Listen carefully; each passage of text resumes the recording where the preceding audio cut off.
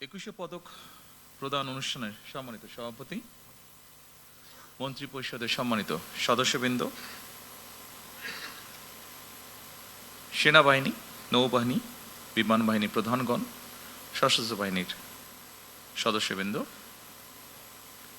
Members of diplomatic community, পদকপ্রাপ্ত কৃতিজন এবং সম্মানিত সকল উপস্থিতি সুধীবৃন্দ, আসসালামু আলাইকুম। আজকের এই মহতী অনুষ্ঠানে এমন কিছু কৃতিমান ব্যক্তিত্ব উপস্থিত হয়েছেন যারা শিক্ষা, সংস্কৃতি, শিল্পকলার বিভিন্ন শাখায় অবদান রেখে নিজ গুণে সমাদৃত হয়েছেন। আমি অনুষ্ঠানের শুরুতেই এই কৃতিমানদের জানাই আন্তরিক অভিনন্দন। রাজনীতিবিদগণ রাষ্ট্র পরিচালনার দায়িত্বে থাকলেও একজন রাজনৈতিক কর্মী হিসাবে আমি বিশ্বাস করি জ্ঞানী গুণীজন দিক নির্দেশনার ভূমিকা পালন করে থাকেন। একটি রাষ্ট্র এবং সমাজে কৃতি মানুষদের সংখ্যা যত বেশি বাড়তে থাকবে, সমৃদ্ধি এবং নৈতিকতার মানদণ্ডে সেই সমাজ তত বেশি আলোকিত হতে থাকবে। সুতরাং রাষ্ট্র তার নিজের প্রয়োজনেই জ্ঞানী গুণী মানুষদের সম্মানিত করে। সম্মানিত সকল উপস্থিতিবৃন্দ, সুধীবৃন্দ, এই উপলব্ধি থেকেই স্বাধীনতার ঘোষক শহীদ প্রেসিডেন্ট জিয়াউর রহমান স্বাধীন বাংলাদেশে প্রথমবারের মতন 21 পদক প্রবর্তন করেছিলেন।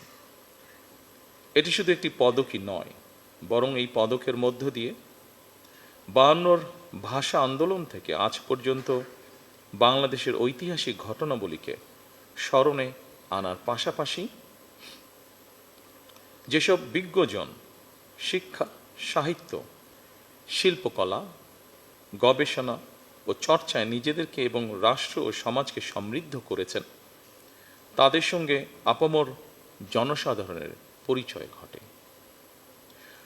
শুরুতেই 3টি বিষয় পুরস্কার প্রদানের মাধ্যমে 1976 সালে রাষ্ট্রীয় সম্মাননা পুরস্কার 21 পদকের যাত্রা শুরু হলেও বর্তমানে ভাষা আন্দোলন, মুক্তিযুদ্ধ, শিক্ষা, গবেষণা, শিল্পকলা, বিজ্ঞান ও প্রযুক্তি সহ সম্ভবত কমপক্ষে 12টি ক্ষেত্রে বিশেষ অবদানের জন্য এই সম্মাননা দেওয়া হচ্ছে। এটি নিঃসন্দেহে একটি ইতিবাচক অর্জন। জ্ঞান, বিজ্ঞান কিংবা সাহিত্য চর্চার ধারা আরো শানিত এবং বিকশিত হোক, এই প্রত্যাশা করছি আমরা সকলে। শিক্ষা, গবেষণা এবং শিল্প সাহিত্যের চর্চাকে আরো বেগবান করতে রাষ্ট্র এবং সরকার তার দায়িত্ব অবশ্যই পালন করবে। আমি বিশ্বাস করি শিক্ষা, গবেষণা এবং শিল্প সাহিত্য চর্চাকে রাজনীতিকরণ করা কখনোই সভ্য সমাজের পরিচায়ক নয়।